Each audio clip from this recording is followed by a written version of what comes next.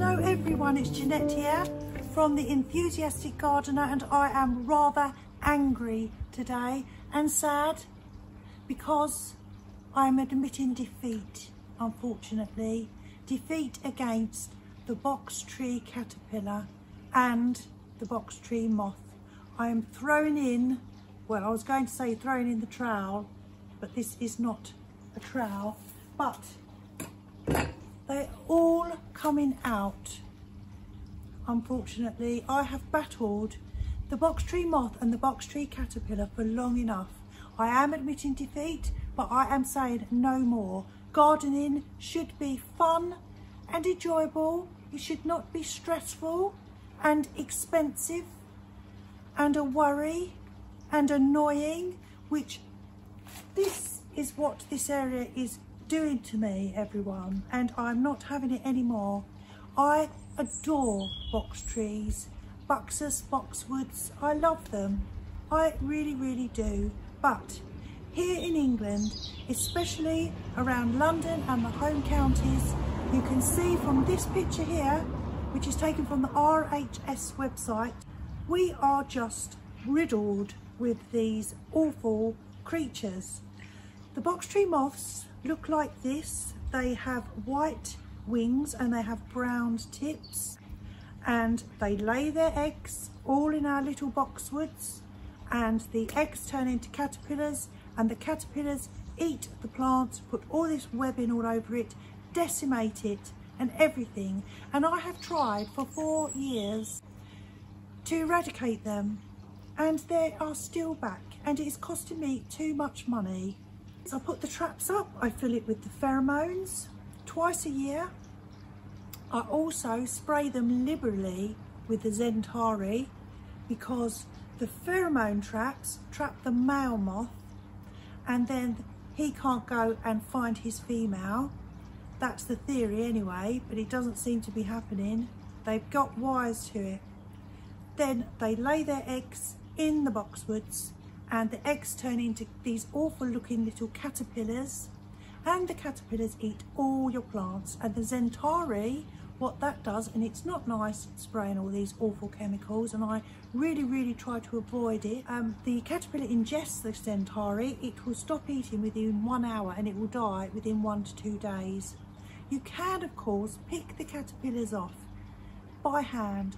I am far too squeamish to do things like that. I couldn't even touch it, and that's a lot of work. And I know some people have beautifully manicured topiaries, and I feel for them so much, I really do. Mine are just, as you can see, just little balls, but I loved them, and I was hoping that they would all grow into one little low hedge. It was going to be beautifully manicured.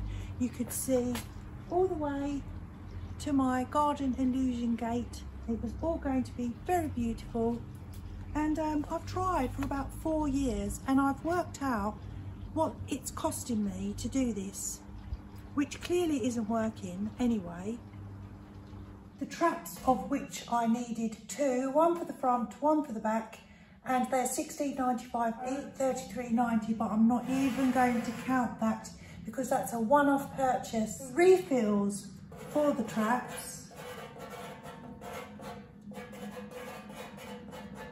£18.90, and you get 2 in a pack. They last 100 days, so we call that 3 months, 90 days to be on the safe side, and so that would last me 6 months.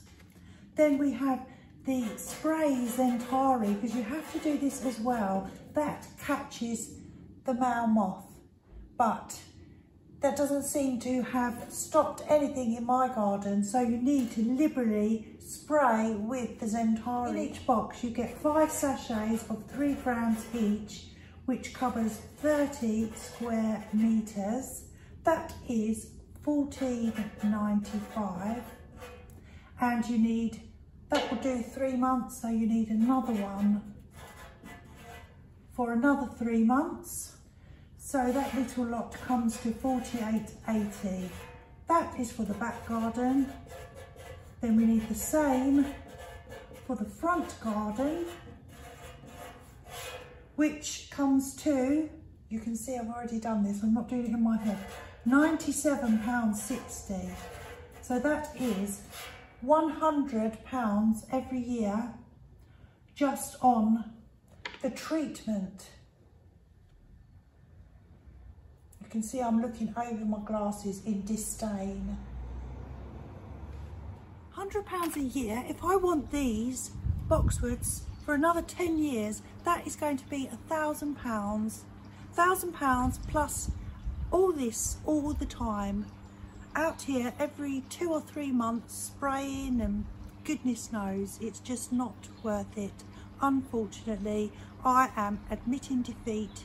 And the other thing to notice when I was looking on the RHS website is that they don't just have one cycle. They come in April, lay the eggs, there's the caterpillars, moths, and off they go, and then it starts again. The cycles are even overlapping, so each stage is happening all the time. So, you know, there's no stopping it. And another thing I found out is that they overwinter, the caterpillars overwinter in your boxwoods, so they can survive all kinds of weathers, and it just never stops. Well, it is stopping. It's stopping right here, right now. I will just mention, if you do want to try these solutions and sprays and everything, they are bee friendly, which is why I continued doing it, but they are harmful to aquatics. So if you've got a pond, no, bees are fine.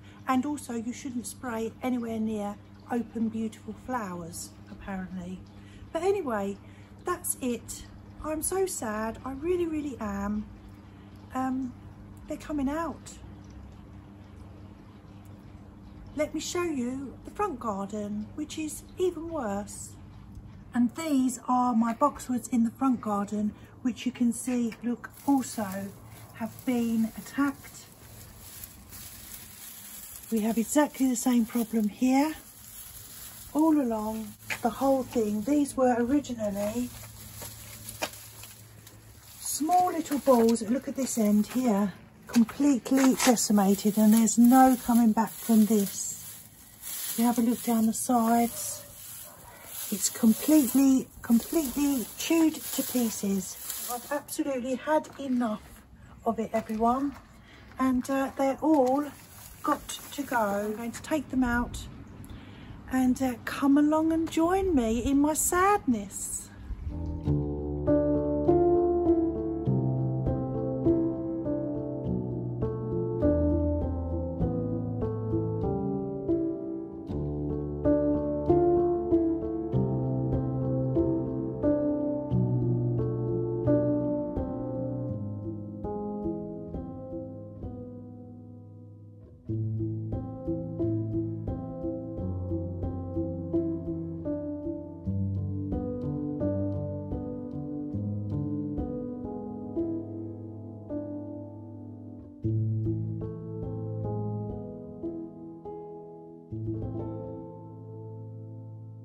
And this can go in the bin. Richard, I've done it.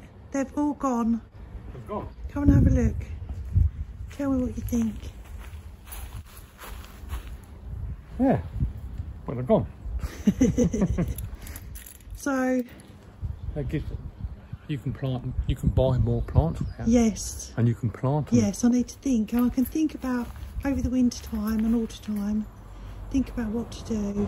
How about if you had a line of things like that, pots like that, each side? A line of pots. I'm not so keen on pots. Pots don't do so well. You have to maintain them so much. You have to hand water them all the time. But don't forget that area's in the shade a lot. Always in the shade. Always hookahs. You can have hookahs. Well, that has crossed my mind, because hookahs do like the shade. Yeah. Low maintenance. Low maintenance. Beautiful colours. Yes. See, I've given her an idea already. Well, I had thought of that, and I thought I've got so many already. People are going to get bored with my heuchera. I'll have to do the enthusiastic heuchera girl. And she's got the seat there that she always sits on. I do always sit on it, you just don't see me sitting on it. Right. She always sits on that, but it's got dust on it. What does that tell you? Oh, so annoying. So annoying. Aren't husbands annoying? a new lot of planting opportunities. You have to look on the bright side of life. You just have to. And I will not have to worry about ordering these treatments, and I feel for everyone who is experiencing these box tree moths and caterpillars, especially if you're near me, home counties and surrounding London areas. But you should register on the RHS website. They ask you to fill out the survey if you have these box tree moths and caterpillars, so please do that, because they're monitoring them. They came over originally in 2007, but it wasn't until 2011 that they started to come into private gardens. So it's been 10 years, and it seems to be getting worse. We also have box blight over here, and if you watch Gardener's World, you would have seen Monty removed all his box trees, and I know that Erin on Impatient Gardeners, she has box blight troubles too. So they're beautiful plants, but they do cause concern and hard work, unfortunately. But I am going to look for alternatives. There are lots of alternatives that look the same, such as Japanese holly, the Ilex crenata, and many other things. I may not even do the same style again. I may do something different. It's a very shady area, it never gets light, so I have that to consider as well. Anyway, I'm going to do the front garden on another occasion, because I've filled up my green bin. Our green bins get collected every Wednesday, and I've filled it up now. I've got rid of 20 because there was one more over the other side, so 20 boxwoods. It's very, very sad, but I am glad that I did it. And if there's anything causing you trouble in your garden, just get rid of it. That's what I think. It should be fun, and you should be happy, and you shouldn't be stressed and concerned. So that's my advice anyway. I hope you are having fun in your garden. Take care, everyone. I will do the front garden ones, and I'll probably film it and show you at some point. So thank you so much for watching. Take care and see you soon. Bye.